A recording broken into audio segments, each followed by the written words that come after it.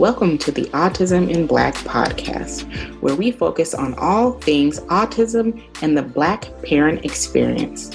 Our goal is to always educate, support, and empower parents to advocate for not only their children, but themselves. Hello, and welcome to the Autism in Black podcast. I'm Maria Davis-Pierre, a licensed mental health counselor in the state of Florida and America's #1 autism advocate for Black parents.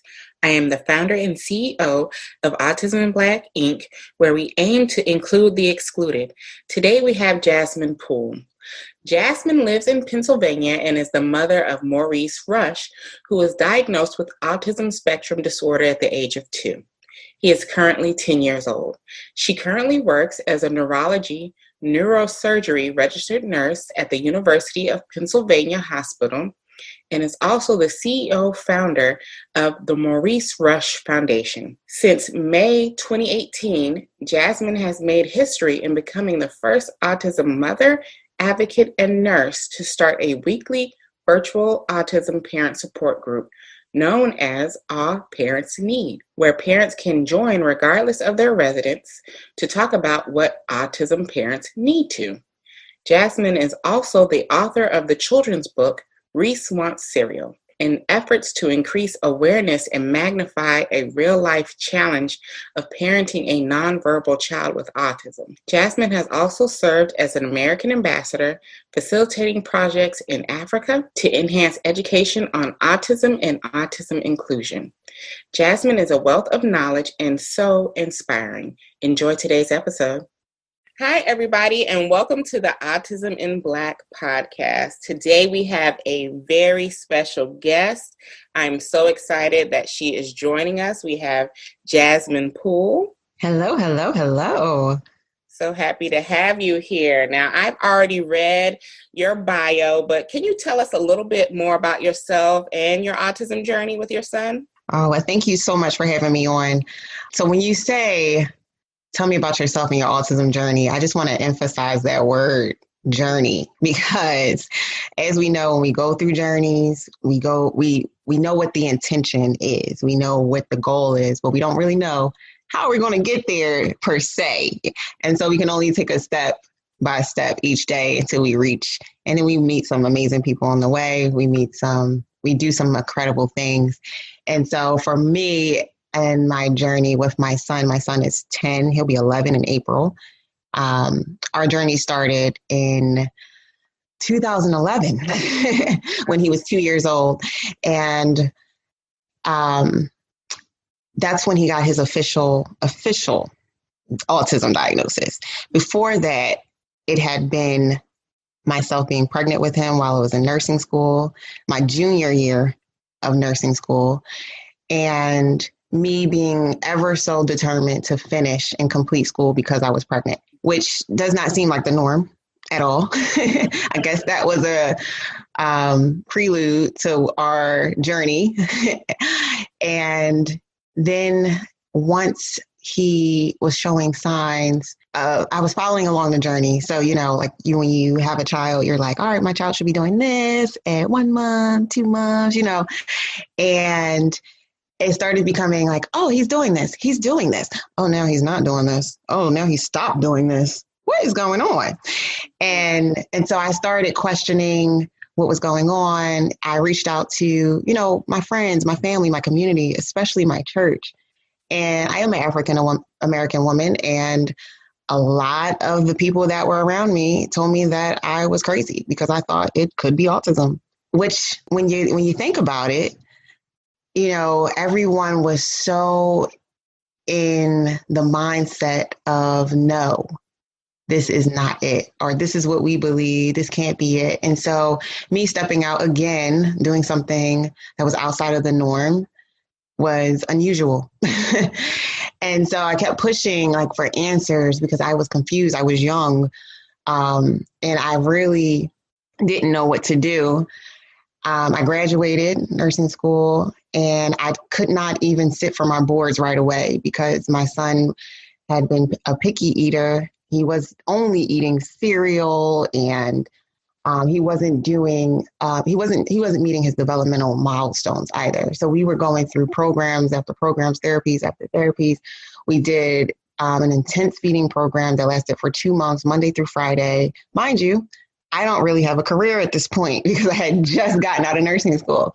And so Monday through Friday, 8 to 3. I tried to sneak in shifts part-time, working overnight. And so, I'm tired, but I got to do this for my baby. I remember us going through that program, and it was an intense program, but through that program, still, we had that appointment with the developmental pediatrician. And for that, I remember fighting to get that appointment again, being told no and being told to wait and being told me that I was crazy to think that my child, that something was going on with my child. And so I had to be, that mom was like, no, I'm going to call every 5 minutes until I could get an appointment. And so when we finally got our appointment, it was in the midst of all that intense therapy.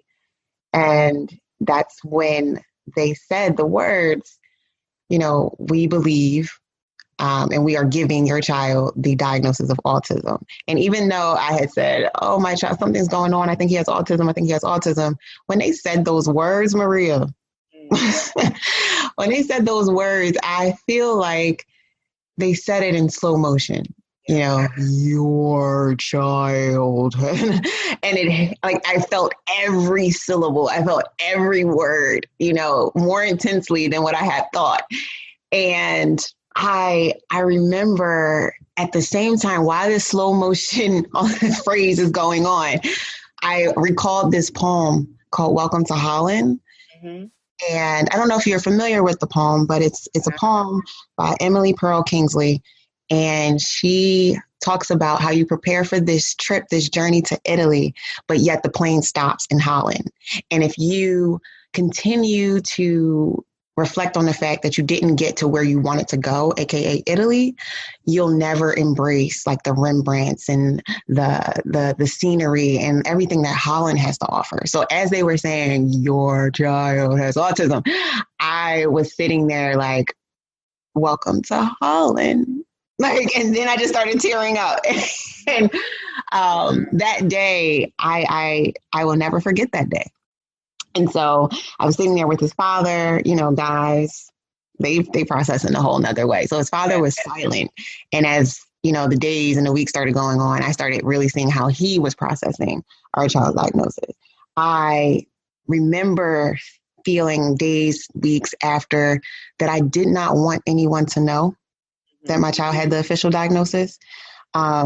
Looking back, it sounds crazy because now, I advocate and I am his voice. But when he first got diagnosed, I was like, no one, I don't want anyone to classify him by his diagnosis. I don't want people to see the diagnosis first before they see the person. And so it took a long time. Well, not a long time. It took a while for me to sit in the fact that my child had autism and that people needed to know, because I was like, nah, no one's going to know. And so I kind of, told people that were close to me, such, our family, obviously, and like my best friend.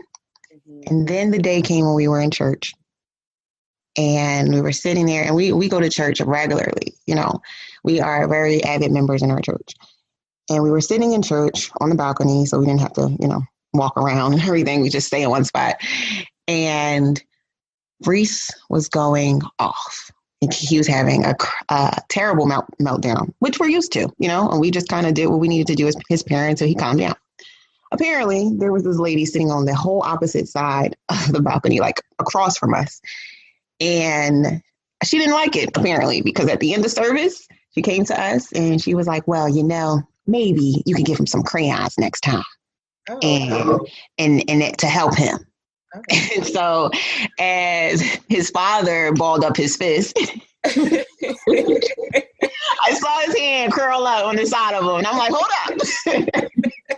I'm with father. And I had to say to this lady, like, okay, so our child has special needs, 1, and 2, he doesn't even like to color, like, at all.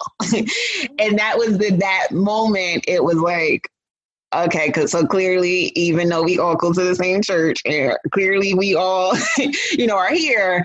I'm going to have to cure the ignorance because clearly that's all it is. It's ignorance. When you don't know something and you don't, strive to be more aware or learn about something, you are ignorant. Mm-hmm. And so that's when everything started, all those walls that were up with me not wanting to say anything, they came crashing down. And that was the first year that we started walking for autism. And we generated a team called I Walk for Reese. And we got everybody on board. And to just promote, what it was that our, for people to understand that our child had autism, but also what the heck is autism? Because people heard about autism, people heard the word. No one really knew what it was. And to some people thought autism was Down syndrome. Exactly. Or intellectual disability, they exactly use, especially in our communities, because we don't get the information. So I can't even imagine what it was like for you at that time, because Malia's 7, and I know 5 years ago, for us dealing with trying to educate people and navigate the myths, it was overwhelming and frustrating that so much misinformation was in our communities. And it was like, oh my gosh, nobody's in here educating us. Exactly. And that was the whole thing. People are like, oh no, he's just a boy. Boys are slower to develop, like he'll get out of it. Like, well, my son didn't talk till he was like 5. You know what? You need to whoop his behind. Like, you ain't got time. Oh, excuse me. Because I wear a size 5 and you wear a size, I don't know what size you wear, but I'm pretty sure you cannot even put your foot in one of my shoes. Exactly. I think people don't understand when they come up to parents, when they're just observing, being an outsider observing, and then they come up to parents and offer advice when you don't even know, what it's like for us day to day. And then to offer advice like that's just going to cure everything and crayons, and we can just move forward with church. That is just not that easy. And I don't think people realize the impact that it has on parents to constantly hear this advice that we don't want. Exactly. And I think the first thing for anyone, because people are probably listening like, well, what do? I thought I was being helpful and giving advice. No. In order to speak, you have to first understand. And in order to understand, you have to listen. So first, if you're going to come up to a parent, just be present. Ask if you can help with anything. Ask, just be that person who's trying to understand so that they can help. Not in any malicious intent, not with any other intention, but to be there and learn how you can help. I completely agree. And I think for friends and family, they get in the mode of wanting to fix. So, when we're just trying to vent, they're offering solutions, not knowing that, some of the stuff that we're dealing with, there's just nothing you can do to fix it. We just want to vent. So sometimes in the moment, you just need to listen. Exactly. Which is a reason why I started the Maurice Rush Foundation and a subset, the All Parents Need group, which is a autism parent, or I should say parents with children on the spectrum or caregivers with those on the spectrum, a virtual support group for everyone to get on regardless of residence. So that you can be able to be in a space where you can just vent or understand, because there's not a lot of people that can understand what you're going through unless they're going through it too, and then be able to offer some resources and help with that. I will have to say, you guys, I have attended a few of these group sessions, and it's just like you are with your people. You don't have to explain. They get what you say. When I say IEP meeting, they understand right then and there what I'm going through. If I'm saying there was toileting issues, then they understand. If I'm whatever that I'm dealing with, they get it. And I don't have to constantly explain, well, this is what that means for us and this is how it goes. They get what struggle I am dealing with that day. And then they provide their support. They have the opportunity to just have an open floor to say, this is what I'm dealing with. And you get that support that you need without judgment. I'm so glad you said that, because that is exactly how I want you to feel, how I want anyone who joins our sessions to feel, because it is set for that support. It is set for encouragement and empowerment, and on a whole nother level, based off what it's not based off of what we are used to, so many people want to quote unquote, talk to us, talk at us, teach us, but it feels like no one is really, again, taking the time to listen and understand, before they, give us their perspective. But like in the groups, it has helped. It helps even me, and so, which is one of the reasons why I started it, because I'm like, well, if I'm going through this, I imagine that there are a lot more parents that are going through this as well. And it lacks resources, and the same reason I started Autism in Black. Parents don't have a lot of resources, especially Black parents. We don't have a lot of resources. We don't have the space and the opportunity to just have judgment-free zones. We have stigmas that we deal with in our community and outside of our community, so we are always dealing with something, and hardly ever provided the opportunity or the space to just be and say what's on our mind without judgment. So I always thank Jasmine for creating that space. And I'm a therapist, guys, so trust me when I say it is a therapeutic setting, even though, may not be intentionally made to be a therapeutic session. It is therapeutic to me, just having that space. You just made my heart smile 1,000 times. I feel the same way. I'm so glad you could join us. And so, the thing is, I would have never met you had I not. No, not at all. We met through Instagram, guys. There's somebody tagged in a post that she was having this group. And I was like, oh my God, we need to connect. And then through that, I have been in her group. I have to get back into going to the group, with time and things like that. But her group is amazing. She has amazing guest presenters in there. So you learn, you have an opportunity to learn as well as get the support you need. So it's twofold. Yes. Oh man, just thinking about journeys again, again, meeting amazing people on the way. Mm-hmm. Wow. So you told us that you started a foundation. Can you tell us about your foundation? So our foundation, it's a nonprofit organization. It is called the Maurice Rush Foundation, which is actually my son's name. So that is the why and why I started. Our group, our mission is to fuel constant encouragement and empowerment to those connected to autism. And so we have done some amazing things, including starting the group. We had resource fairs, community resource fairs, just being able to teach people and allow more awareness to happen when it comes to the subject of autism, giving free haircuts to those on the spectrum, providing sensory integration techniques and teachings along the way.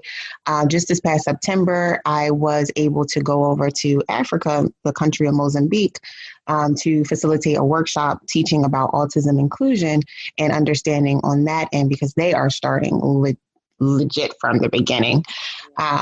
And so when you think about us in the United States, and how far we've come and how we are still on a continuous understanding and how we are implementing tools and strategies and understanding, increasing our understanding on autism, there is that same thing happening over in Africa, but they're so behind the ball in comparison to us. And so we've done holiday giveaways, giving away some amazing gifts that make sense for families, such as like house cleaning and an iPad with apps, a GPS tracker for your child, so you can make sure that they are safe and you can see and hear where they are.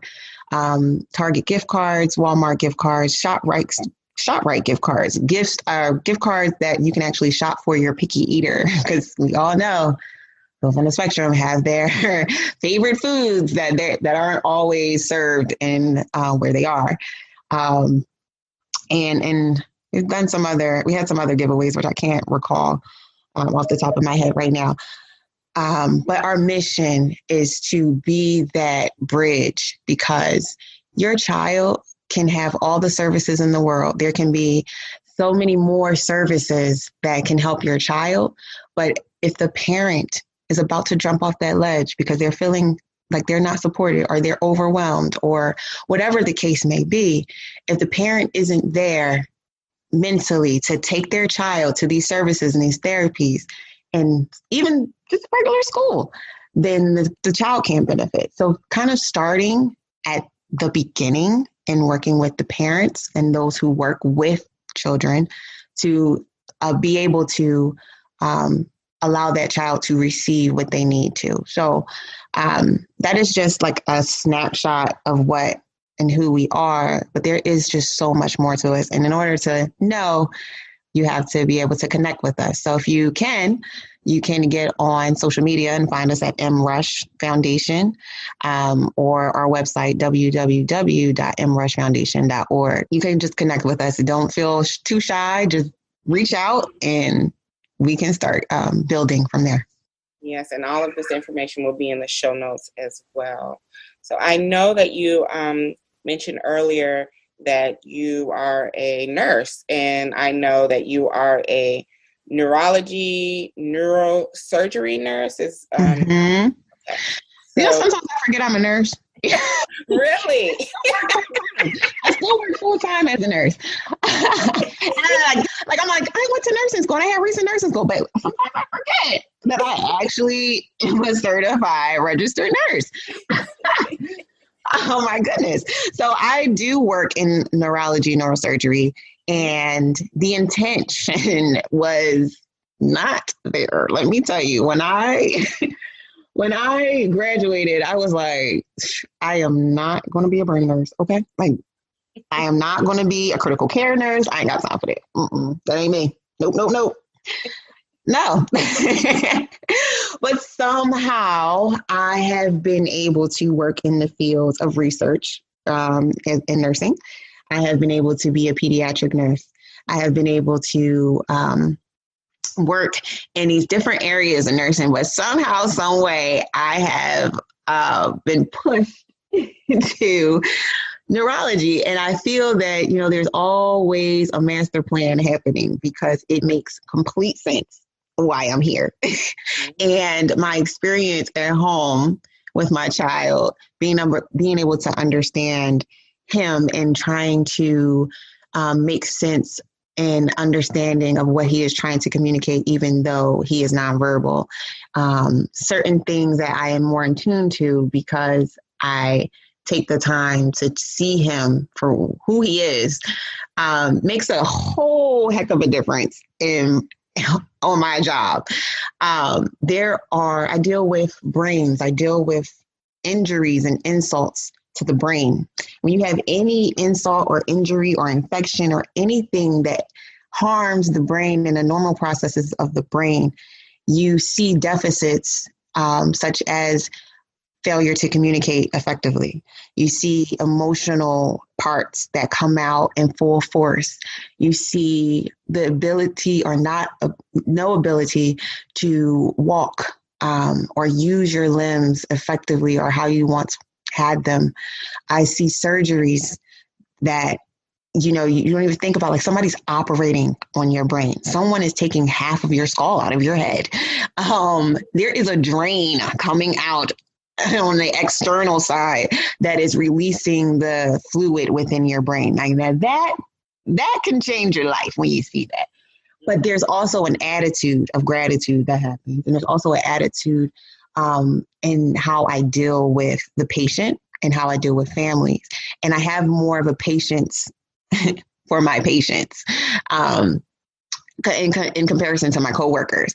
So I see how my coworkers can go from 0 to 100 in a matter of seconds, how they're not used to practicing patience. And they're all great nurses, but I know that I have another level, an extra added bonus of patience when it comes to those that I'm serving.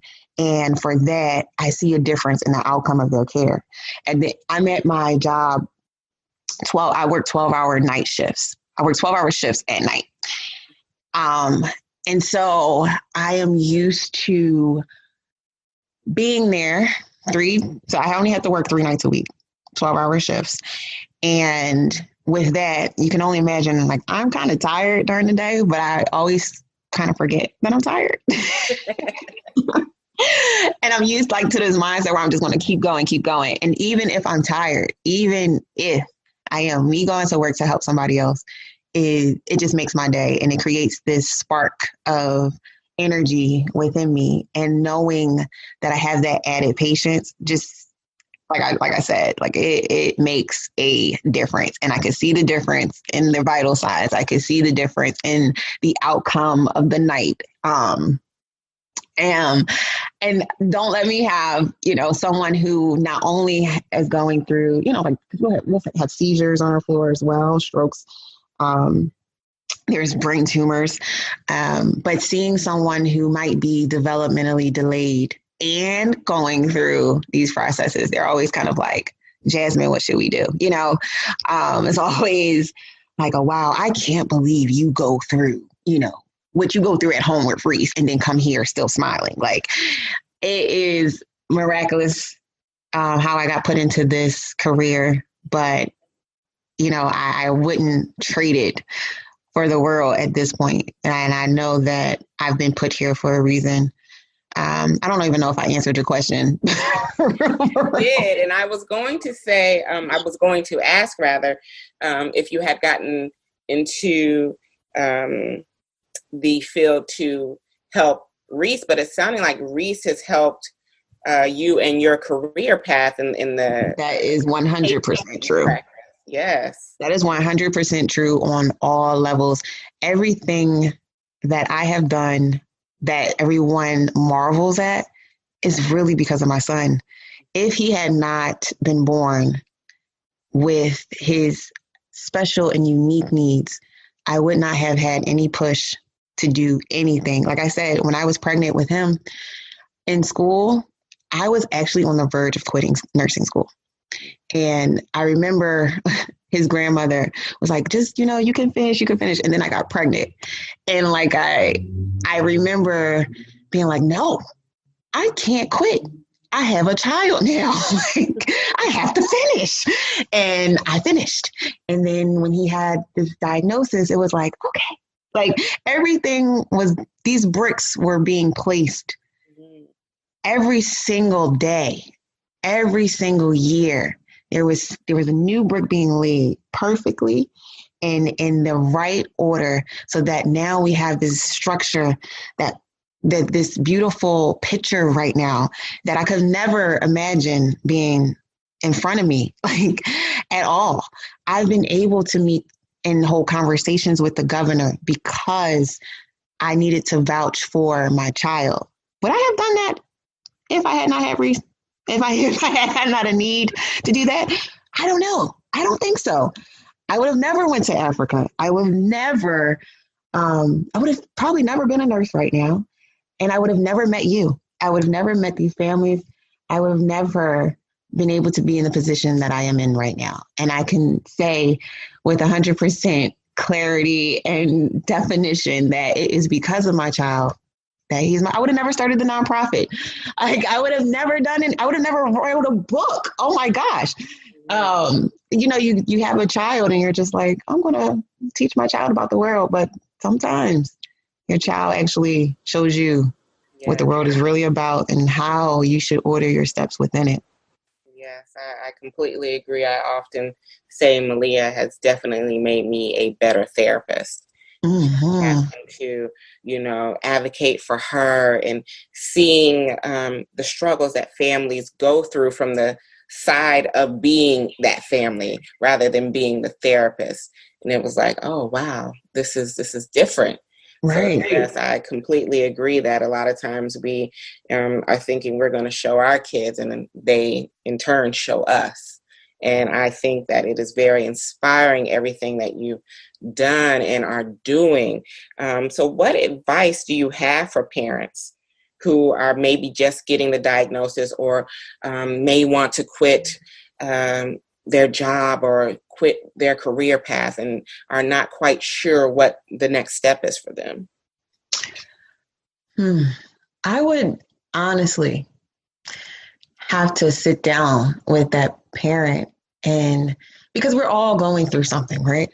We're all being hit with news that can change our lives. Mm-hmm. The point and what I'm learning with everything, it's almost scary a little bit, because now when I approach situations or when I have something happen or I hear some really bad news, like yesterday, Kobe, Yes. like I sit and I think, what is the message behind this? And everything that I'm hit with and everything that I'm hearing that could really rock my soul, I say, what is the message? What am I supposed to be learning? Why is this happening? And when I do that, I realize that there is a greater plan. There is something that is meant for me to learn out of this to help grow me. Because when we think of ourselves, we should think, I should say, that we are planted in soil. We are seeds. And when you plant a seed, when a seed sits in soil, it is supposed to grow. It's supposed to bloom. It is supposed to flourish, and people are going to see that whatever it is that it builds up to be, that it's supposed to make a statement, whatever it grows to be. You cannot grow if you do not bloom where you're planted. You cannot grow if you do not water whatever it is, your seed. And so if you are a parent getting this diagnosis, just know it's not the end of the world. It is happening for you and not to you. It is designing you to be greater than yourself, greater than what you imagine yourself to be. Yes, it is hard. Oh my freaking goodness, it is hard. And yes, it is challenging. And yes, it seems like it's the end of the world. And yes, it seems like nobody is going through this but you, and nobody understands. But trust and believe. If you continue to go through it, you will come out on the other side. There is a light at the end of the tunnel. Trust me. But you can't never see that light if you go through that tunnel, girlfriend, boyfriend. Like it is designed to make you greater. And because let's be honest, if you did not get this diagnosis, what would you do? Mm-hmm. What would you be doing right now? And so when you're faced with these things and you are given these heavy loads to carry, that is the only way you're going to build that muscle. Mm-hmm. You gotta build your muscle. And the only way to do that is to add some weights to it. And so, yes, be prepared to listen. Be prepared to use your voice.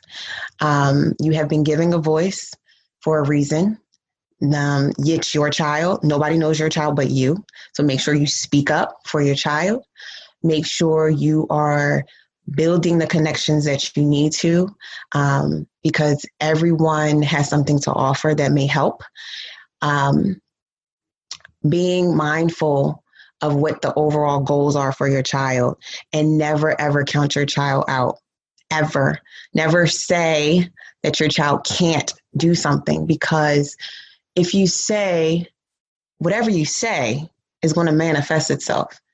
The person that says that their child can't and the person that says their child can are both usually right, because it's what you say and what you're speaking into the atmosphere. So be intentional about what you speak over your child. You want to speak life over your child. So be mindful of those visions and those goals you set for your child, and make sure that you are doing everything you can possibly do every day to make sure that your child gets there. And also pay attention to your own self. Make sure you are filling your cup. So many times They say you can't pour from an empty cup. Make sure you fill your cup. Make sure you fill your cup, right? Yes. And so we do this thing where we try to fill our cup, but then we wind up pouring it right back out and our cup is empty, right? Mm. What I implore, not even just parents, but people in general, what I implore you to do to make sure that you are having the utmost self-care is to make sure you fill your cup up, right?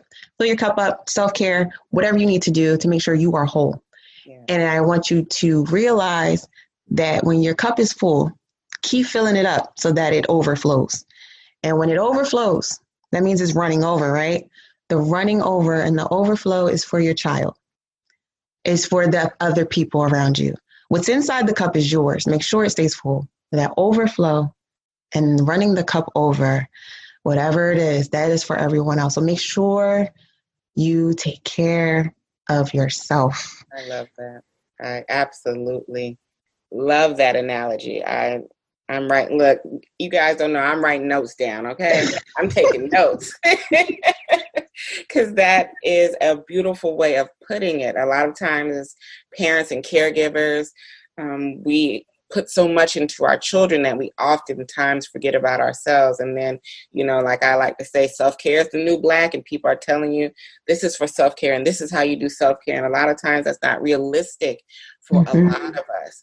We do the things that are intentional for us and make sure that our mental health is taken care of just as much as our physical health, and that cup is running over, then you are able to use all that's running over to do and be those other roles that, you are in. Right. It sounds selfish. Like, no, you just get that overflow. But no. No. Look, self-care is not selfish. Okay. We have to make sure that we're on 100%, especially when we have all these roles that we're in, Can we operate at 50%? Yes. But is it going to be the same if we were operating at 100%? No. Exactly. We need to get that 100%. Exactly. It's just like when your phone is about to die. Eventually, the colors change. You go from green to yellow to red. And once you get to that red, you're like, oh, shoot. It's about to die. We don't want to be like that. We always want to be in the green. Yes, I love that. And I know you mentioned Reese only eating cereal, and I know you have a book about that. So can you tell us about your book? Yes.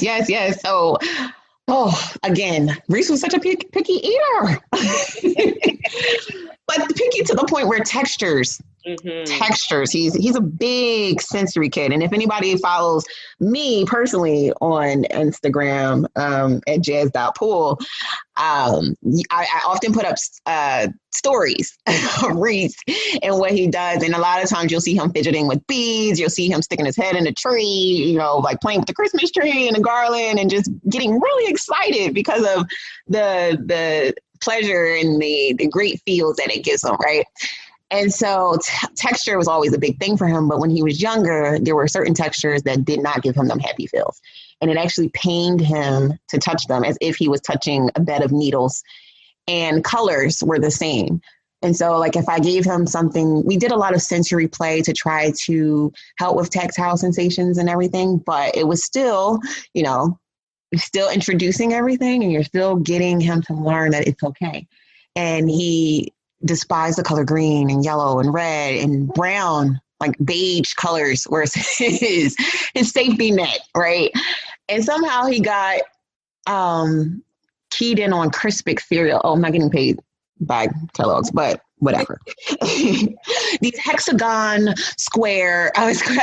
shaped cereal pieces. And that's all he wanted to eat. He only wanted to eat the brand as well. Like he would not tolerate the generic. Like even if we crushed it into pieces and mixed it all in the bag, he would pick out all the pieces that were of the generic cereal. Mm-hmm. And that's all he wanted to eat. So much so that we had to give him Pediasure because otherwise he would be failure to thrive. Hence why we started that feeding clinic, intense feeding program. Shout outs to Children's Hospital of Philadelphia for their feeding program because it saved my child's life. So he only did that. He only wanted cereal. And so we would go to like restaurants and me and his dad would go to restaurants and sit there at a restaurant and they would be like, okay, what do you want to order? And we'll order. I was like, I'll have blah, blah, blah, blah, blah. Dad would be like, I'll have this. And then we would just look at the waiter like, all right, you can go now. Exactly. And they was standing there like, and for the kid. I feel bad with that because people don't understand, because it happens to us too. Because we'll order, our twins will get something, and then Malia's like, "No, I'm fine," and people are looking at us like, "What are you doing to this child?" Right. Like, what in the child abuse? Mm-hmm. And it's like, nah, like, you don't understand. Like, we can order this. And honestly, there were times where I'll just be like, all right, let me just order something off the kids' meal just so we don't look like, you know. Mm-hmm. And it would still sit there in front of them. And so we would finish our food, and it'll still be this good old plate of food in front of Reese. And we'll be like, guess he's not hungry. Can we just take this to go? Yeah. And so, you know, that and all he wanted was cereal. And if we did not give him cereal, you know, it was a whole meltdown. Mm. And so we wound up using as we started doing therapies, we actually used cereal as a way to get him to try new things, because it was a major reinforcer. And so he, you know, that was just the thing. And the little kids would see him eating cereal at a birthday party, and instead of cake and ice cream and chips and all of that. And they're like, why is he eating cereal? Why he always eating cereal? Mommy, every time I see Reese, he always has cereal. Or like the teachers or like people in our church would be like, oh, he let them checks. And I'm like, first of all, he doesn't like checks because checks are square. He only checks down. But literally, he wouldn't eat checks either. And so I was like, you know what? I want to be able to write this book about Reese. You know, I didn't, at the time, I was like, I don't have the capacity to write this whole book about, you know, this chapter book. Like, I want to do a children's book. Because I really want to go into schools and be able to teach the kids and, you know, have something where they can realize why Reese does this, you know. And so that's how Reese Wants Cereal was birthed. And it's amazing. It's amazing to see, like, wow, this is really helping kids understand, but even the teachers, even, you know, some parents. There was one of the administrators at Reese's school came across the book, and she's an adjunct professor. And she was like, I use this book to facilitate a conversation about autism. And I was like, wow. Wow. So, and that's how Reese Wants Cereal came about, a true life story. And in the book, it's literally what we would go through. We would go through the trials and tribulations of him getting frustrated because he could not tell me verbally of what he wanted. And 9 times out of 10, he always wanted cereal. And so we came up with a system to help him communicate the need for his wants. And he was like, yay, you know, now I got this way to tell you. And it was like cereal. It would be about like 5 times an hour. Like, he would go to the refrigerator, get the picture, like, I want cereal. Mm-hmm. Again. Mm-hmm.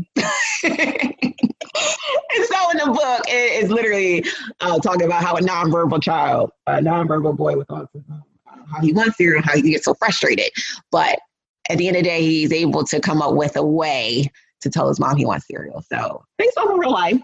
And that's it. And we will have that also in the show notes about how to get the book as well. So as we are wrapping up, do you have any resources that you recommend for parents? I would strongly say Autism in Black and Rush Foundation. Thank you.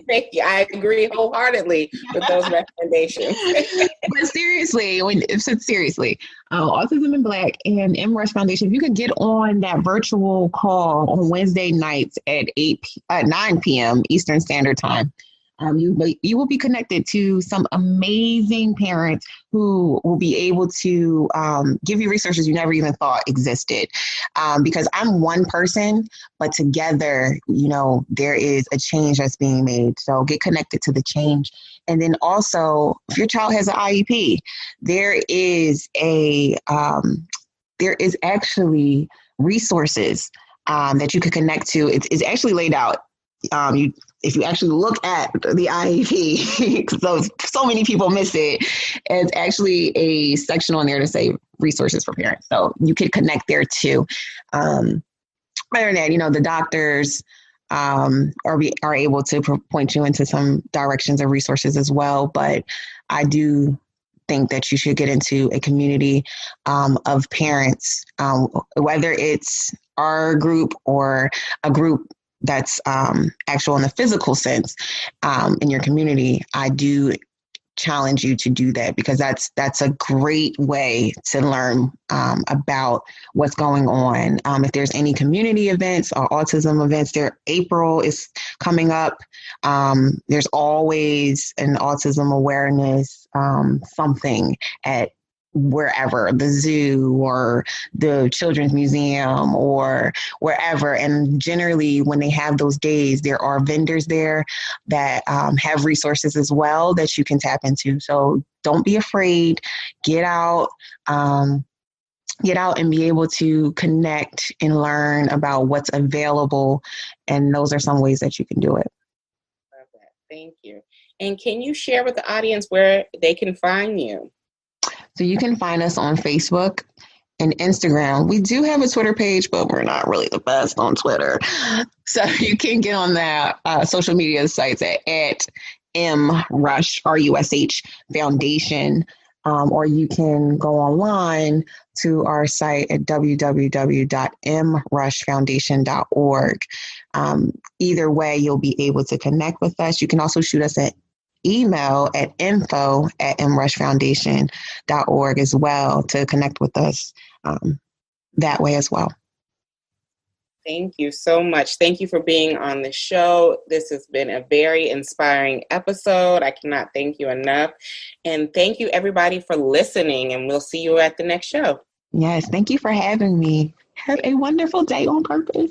If you haven't done so, make sure to subscribe to our podcast so you can always be notified when a new episode drops. To get the resources shared on today's podcast and the show notes, make sure to go to autisminblack.org/podcast. And be sure to share your takeaways from the show on IG stories and Twitter using our official hashtag AIBpod so that we can find them and share them.